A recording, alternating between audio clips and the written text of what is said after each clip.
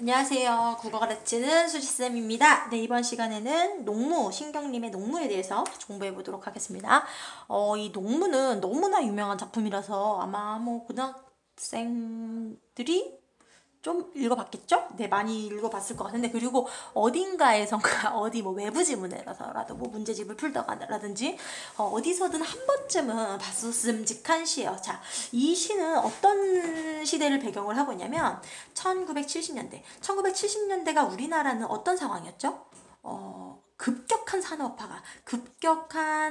산업화와 도시화가 이루어지던 시기예요. 그럼 이 급격한 산업화와 도시화가 이루어질 때는 도시를 위주로 산업화와 도시화가 이루어졌죠. 그죠? 그래서 이 시골에 있는 농촌에 있는 사람들이 이렇게 도시로 나가는 이런 이촌향도 현상 같은 게 많이 일어났었어요.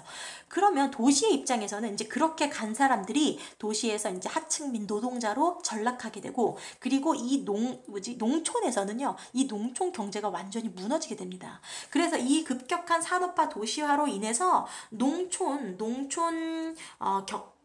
경제 또는 농촌 공동체 이런 것들이 완전히 무너진다.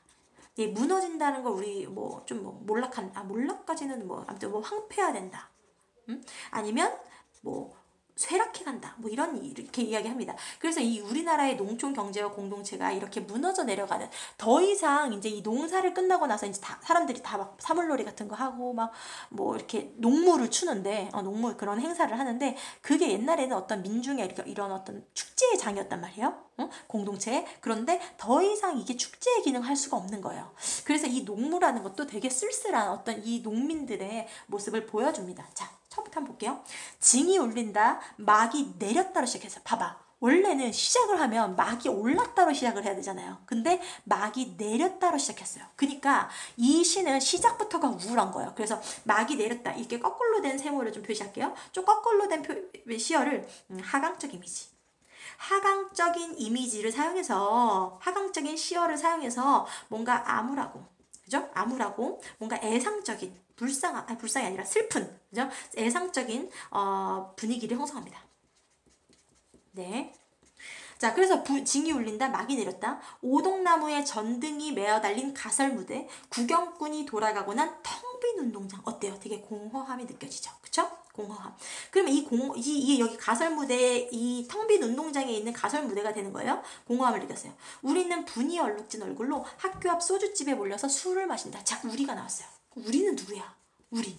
농민들이죠. 지금 이 농민들이 농사 끝나고 추수 다 끝나고 나서 다 같이 모여서 이렇게 농무를 추는 상황인 거예요. 어떤 공연 같은 걸 하는 거죠. 농민인데 봐보세요. 화자를 농민으로 설정하고 있는 거예요. 그래서 이 화자의, 이 농민의 어떤 농민의 정서를 직접적으로 드러낼 수 있어요. 아주 효과적으로 표현할 수 있는 거죠. 우리는 분이 얼룩진 얼굴로. 자, 이때 분 되게 중요합니다. 이 분은요, 두 가지로 해석을 하는데, 분이 두 가지로 해석이 되는데, 분장일 수 있어요. 분장. 그 농무를 할 때 얼굴에 이렇게 하얗게 바르고 하잖아요. 그리고 두 번째는 분노. 이 분노는 울분이에요. 그래서 이 분장이 얼룩진 얼굴일 수도 있고, 농무가 끝났기 때문에, 아니면 이 울분, 이 산업화와 도시화로 인해서 이 농촌 경제가 무너진 것에 대한 이 울분이라고 할 수도 있는 거죠. 그죠? 분이 얼룩진 얼굴로. 그러면 이렇게 하나의 단어가 두 개로 해석이 되는 걸 우리는 중의법이라고 해요. 중의적이다 또는 중의법이다, 이렇게 이야기합니다. 자, 그 다음에 학교 앞 소주집에 몰려서 술을 마신다. 진짜 슬프네요. 그럼 학교 앞 소주집. 자, 보세요. 처음에 가설무대 텅 빈 운동장에 있었어요. 그 다음에 학교 앞 소주집에 갔어요. 자, 그 다음에 쭉 보다 보면 장거리로 나서면 어쩌고저쩌고 이렇게 나오거든요. 그럼 이거 보세요. 쭉 이렇게 공간이 이동하죠. 공간의 이동에 따른 시상전개. 그죠? 시상전개 하고 있어요. 학교 앞 소주집에 몰려서 술을 마신다. 답답하고 고달프는 게 사는 게 원통하다, 이렇게 얘기했어요. 누구의 심정이에요? 농민의 심정이잖아. 그죠? 이 농민의 심정을, 그러니까 심리, 그죠? 심정을, 정서를 어떻게 한다? 직설적으로 표출한다. 직설적으로. 우리 너무 원통해. 이렇게 답답하고 고달프게 사는 게 원통해. 왜 답답하고 고달프냐면, 지금 얘네가 열심히 농사를 지어도 이것저것 제하고 나면 남는 게 없는 거예요. 왜? 이때는 도시 중심의 어떤 경제 성장이 이루어졌기 때문에 이렇게 농촌은 비교적 이렇게 소외를 당하게 됐어요. 그래서 답답하고 고달프게 사는 게 원통하다. 꽹과리를 앞장서 장거리로 나서면, 장거리는 장이 서는 거리예요. 장이 서는 거리로 나서면 따라붙어 악을 쓰는 건 조물애기들 뿐. 처녀애들은 기름찜 단박에 붙어서서 철없이 킬킬대는구나. 봐보세요. 여기 원래는 이렇게 얘네들이 막 와가지고 막 이제 사물놀이 하면서 농무를 이렇게 하면 사람들이 막 모여들어가지고 막 구름대처럼 모여들어가지고 와 박수도 치고 막 즐기고 같이 그런 축제가 돼야 되는데 그게 아니라 얘네가 장거리로 나서면 따라 붙어서 악을 쓰는 건 쪼무레기들 뿐이래. 그리고 또 누가 있어? 처녀애들만 있어. 그러면 젊은 남자들 다 어디 갔어요? 젊은 남자들 다 도시로 공장으로 나간 거예요. 그러니까 지금 이런 경제적 인구들은 다 도시로 나가고 비경제적 인물, 조금 어린애들이랑 이런 여자애들만 몇몇 남아서 이 농물을 구경하는 상황. 무슨 상황인지 알겠죠? 그죠? 그래서 비경제적 그러니까 돈을 벌 수 없는 인구들만 남아있는 그런 어떤 이 농촌의 모습을 보여준다고요. 그래서 이 쪼무레기들과 처녀애들도 어떻게 했어요? 따라부터 악을 쓰는 건 쪼무레기들 뿐이었고 처녀애들은 또 뭐 했어? 그냥 킬킬댔어. 쟤네 좀 봐. 이렇게 킬킬대는구나. 그러니까 이게 더 이상 이 공동체, 이 농촌 공동체의 화합의 장이 아니다라는 거죠. 그죠? 더 이상 이 농부가 이 농촌 공동체의 화합의 장이 아니게 되었다라는 걸 보여줍니다. 자, 넘어갈게요. 보름달은 밝아 어떤 녀석은 꺽정이처럼 울부짖고 또 어떤 녀석은 서림이처럼 해야되지만 자 여기서 이 꺽정이하고 서림이는요 그 임꺽정 알아요? 임꺽정 이야기가 있는데 그 임꺽정은 되게 막 어떤 그런 민중들의 한과 울분과 저항 이런 의지를 가진 인물이었고요. 저항. 그리고 이 서림이는 꺽정이 친구였는데 서림이는 이 꺽정이 옆에서 약간 배반만 하는 좀 약간 뭐랄까 간신? 뭐 그런 인물이 아무튼. 그러니까 얘는 지금 꺽정이 같은 인물은 저항적인 어떤 민중의 모습을 보여주고 이 서림이 같은 인물은 그냥 이제 이렇게 뭐랄까 그냥 저항하지 않고 그냥 빌붙어가지고 살아가는 그런 모습이에요. 그래서 보름달은 밝아서 어떤 녀석은 꺽정이처럼 울부짖고 또 어떤 녀석은 서림이처럼 해해지면 이건 그냥 여러 이런 민중들의 모습을 보여주는 거예요. 임꺽정 이 설화를 차용하고 있는 거죠. 그렇죠?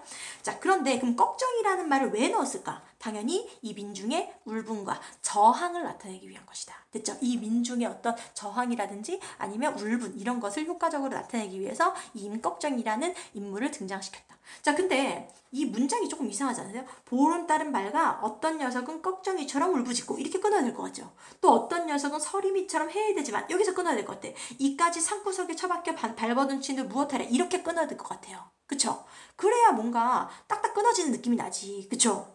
꺽정이처럼 울부짖고 또 어떤 녀석은 서림이처럼 해야 되지만 이렇게. 그런데 이런 애들을 뒤에 붙여버리고 있단 말이에요. 이게 원래는 요 밑에 줄로 가야 되고 얘도 요 줄로 가야 되는 요 줄로 가야 되는데 얘네를 이렇게 걸쳐놨어요. 이런 걸 우리는 행간걸침이라고도 하고 행간걸침 그리고 의도적 행갈이라고도 해요. 같은 말이에요. 행간걸침과 의도적 행갈이는 같은 말인데 이렇게 해서 뭐가 어쨌는데 이 행간걸침과 의도적 행갈을 하면 뭔가 좀 낯선 느낌을 줘요. 낯선 느낌. 그쵸? 뭔가 익숙한 느낌이 아니잖아. 이렇게 끊어야지 익숙하지. 그쵸? 이렇게 딱 끊어지는 데서 끊어야 익숙하지 이상하게 끊으면 낯선 느낌을 줍니다. 이 낯선 느낌을 시에서는 시적 긴장감이라고 해요. 시적 긴장감. 이 시적 긴장감을 형성하는 거예요. 시적 긴장감을 형성하면 당연히 독자의 주의가 집중되겠죠. 그죠? 네. 그 다음에 이까지 산구석에 처박혀 발버둥친들 무엇하랴. 무슨 법? 서리법.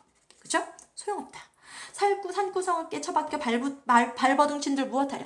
비료값도 안 나오는 농사 따위야. 봐보세요. 지금 농사에 대해서 어떻게 생각해요? 농사를 지어봤자 비료값도 안 나와. 비료값도 안 나오는 농사 따위야 아예 여편네에게나 맡겨두고 지금 농사에 대해서 긍정적으로 인식한다? 부정적으로 인식한다? 부정적으로 인식한다. 그쵸? 그리고 여편네에게나 맡겨두고 쇄전을 거쳐 도수장 앞에 와서 돌 때 우리는 점점 신명이 난다 그랬어요. 그럼 자 보세요. 요 줄만 봤어요. 여기 기억 요 줄만 봤어요. 그럼 우리는 진짜 신명이 날까요? 우리 지금 졸라 슬픈 상황이잖아요. 엄청 슬픈 상황인데 이거를 신명이 난다라고 표현하고 있어요. 그러면 요 줄만 봤을 땐 이거 무슨 법이라고 할 수 있을까요? 반어법이라고 할 수 있어요. 반어법. 그죠? 반대로 얘기했잖아. 우린 되게 슬픈데 신명이 난다 이랬으니까 이거 반어법이고요. 그리고 이거 보세요. 지금 도수장은 뭐 하는 공간이죠? 소를 죽이는 공간이잖아요. 그래서 도살장이야, 도살장. 그럼 마이너스 공간이야? 근데 이 마이너스 와서 공간에, 이 소를 죽이는 공간에 왔을 때 신명이 난다. 이 신명이 난다는 건 플러스잖아요. 마이너스일 때 플러스이다. 이런 걸 우리는 뭐라고 하죠? 역설이라고 해요. 역설. 그래서 이걸 우리는 역설적 상황이라고 해요. 역설적 상황.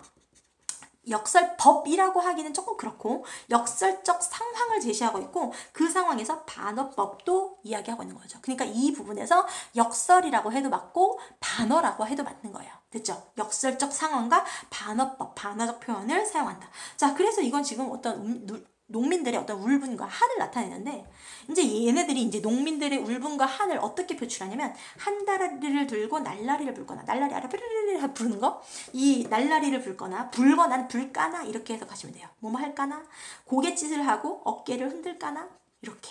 자, 마지막에 얘가 날라리를 불고 고갯짓을 하고 어깨를 흔드는 거 이거 뭐예요? 농무잖아요. 농무. 춤이야, 춤.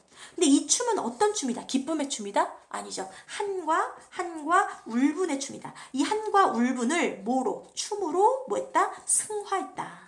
네, 승화한 표현이 나타난다. 네, 이렇게 정리하시면 되는데 여기서 마지막에 한 다리를 들고 날라리를 불거나 고갯짓을 하고 어깨를 흔들거나 여기 지금 요 마지막 부분에서는요 좀 위에 줄 아래 줄 똑같이 생겼죠? 대구법 나오고요. 대구법. 그리고 여기 사음보예요. 사음보. 그래서 마지막을 마치 시조나 민요처럼 이런 규칙적인 어떤 민요적인 규칙적이고 민요적인 어떤 율격으로 시상을 마무리한다.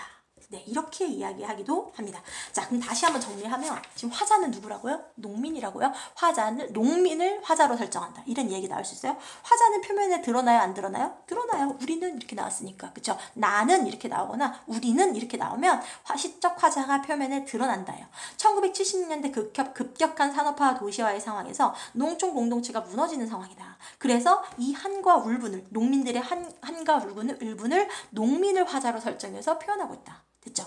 자, 이 시의 가장 중요한 이 시상 전개 방식은 뭐다? 공간의 이동에 따라 시상이 전개된다. 됐죠? 공간의 이동. 처음에 이 텅 빈 운동장에는 가설 무대였다가 소주집에 와서 술을 마시다가 장거리로 나섰는데 이 장거리로 나왔는데도 여기 함께 막 이렇게 즐거워해줄 사람이 없어. 그쵸? 네, 그래서 이제 우리들은 보름달은 밝아서 어떤 녀석은 억장이처럼 울부짖고 또 어떤 녀석은 서리비처럼 해야 되지만 이까지 산구석에서 처박혀 발버둥 층들 무엇하랴? 소용없다. 체념이에요, 체념. 이 서리법을 사용해서 체념적 정서를 나타내는 거예요. 그죠?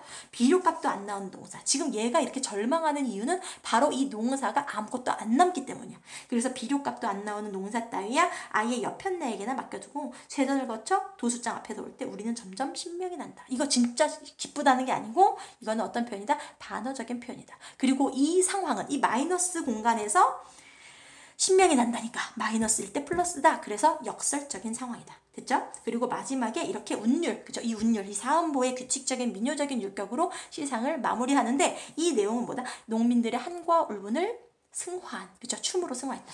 자, 그러면 자 처음에 여기 있다가 소주집 갔다가 장거리로 나섰어요. 그리고 나서 어디 갔죠? 그 다음에 쇠전을 거쳐서 도수장에 간 거예요. 그쵸? 그래서 이런 공간의 이동에 따라 내용이 전개된다. 자, 그럼 이렇게 농촌 경제, 농촌 공동체가 이렇게 황폐화되고 이런 쇠락해가는 모습을 보여주는 다른 시를 좀 꼽자면요. 다른 시를 꼽자면 뭐가 있을까요?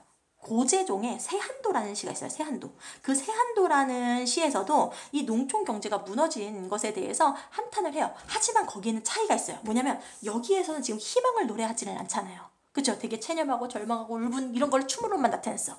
근데 이 세안도에서는 이 마을회관은 이 농촌 공동체를 상징하는데 농촌 공동체가 지금 망해버렸잖아요. 그죠? 과거에는 엄청 막 찬란했는데 지금은 망해버렸어. 그래가지고 이렇게 기울어져가는 그 농촌 공동체의 모습과 어떤 청솔, 소나무를 보여줘요. 근데 이 소나무는 꿋꿋하게 서 있는 거야.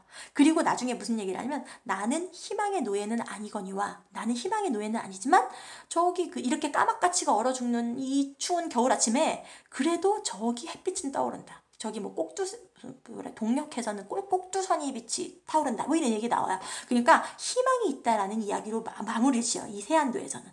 고재종의 세안도에서는. 근데 이 시에서는 그냥 절망하고 끝나는 거죠. 자, 이 같은 시기의 시로 저문강의 삽을 싣고라는 시가 있는데, 이제 이거는 같은 시기인데 산업화 도시화가 이루어지고 있죠. 산업화가 도시화로 이루어져서 얘가 지금 떠나는 거예요. 어디로? 농촌에서 도시로 간 거야. 그럼 도시로 가면 얘가 막 산업화의 주역이 될 수 있어요? 아니죠. 그냥 도시의 어떤 공사장에서 이렇게 일하는 노동자로 전락하고 마는 그런 모습도 보여줘요. 그래서 이런 산업화를 배경으로 이렇게 이 산업화의 폐해로 이렇게 도시의 하층민으로 전락하게 되는 모습과 아니면 이런 농촌 공동체가 몰락하는 모습, 이것도 마찬가지죠. 그런 시들을 연결해서 좀 공부를 해보시면 훨씬 더 좋을 것 같아요. 네, 여기까지. 네, 안녕.